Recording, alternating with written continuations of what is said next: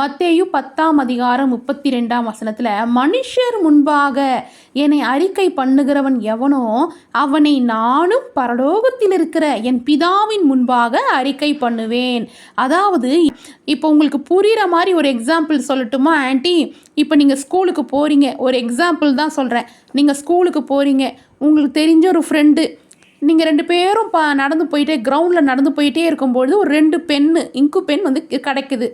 உடனே வந்து உங்கள் ஃப்ரெண்டு சொல்கிறாங்க, வாடி இந்த பெண்ணு நம்ம எடுத்துக்கலாம் அப்படின்னு அந்த 2 பெண்ணையும் கையில் வச்சுக்கிட்டு ஒரு பெண்ணை உங்கள் கையில் கொடுக்குறாங்கன்னு வச்சுக்கோங்களேன். இதெல்லாம் ஒரு எக்ஸாம்பிள் தான் சொல்கிறேன். உடனே நீங்கள் அந்த பெண்ணை வாங்கிக்கிறீங்களா? இல்லை அந்த பெண்ணை வாங்காமல் இல்லை இந்த பெண்ணை நம்ம மிஸ்ஸுக்கிட்ட போய் கொடுத்துருவோம், ஏசப்பா சொல்லியிருக்காரு அடுத்தவங்க பொருளை இச்சிக்கக்கூடாதுன்னு சொல்லியிருக்கிறாரு, அதனால இந்த பொருள் எனக்கு வேணாம், ஏசப்பாவுக்கு பிரியமில்லாத காரியத்தை நான் செய்ய மாட்டேன் அப்படின்னு நீங்கள் சொல்கிறீங்களா? எப்படி நீங்கள் அறிக்கை பண்ணுறீங்க? மனுஷர் முன்பாக ஏசப்பா நாமத்தை நீங்கள் அறிக்கை பண்ணுறத ஏசப்பா என்ன பண்ணுவார்? கேட்டு பரலோகத்தில் இருக்கிற பிதா முன்பாக உங்களை அறிக்கை பண்ணுவார்.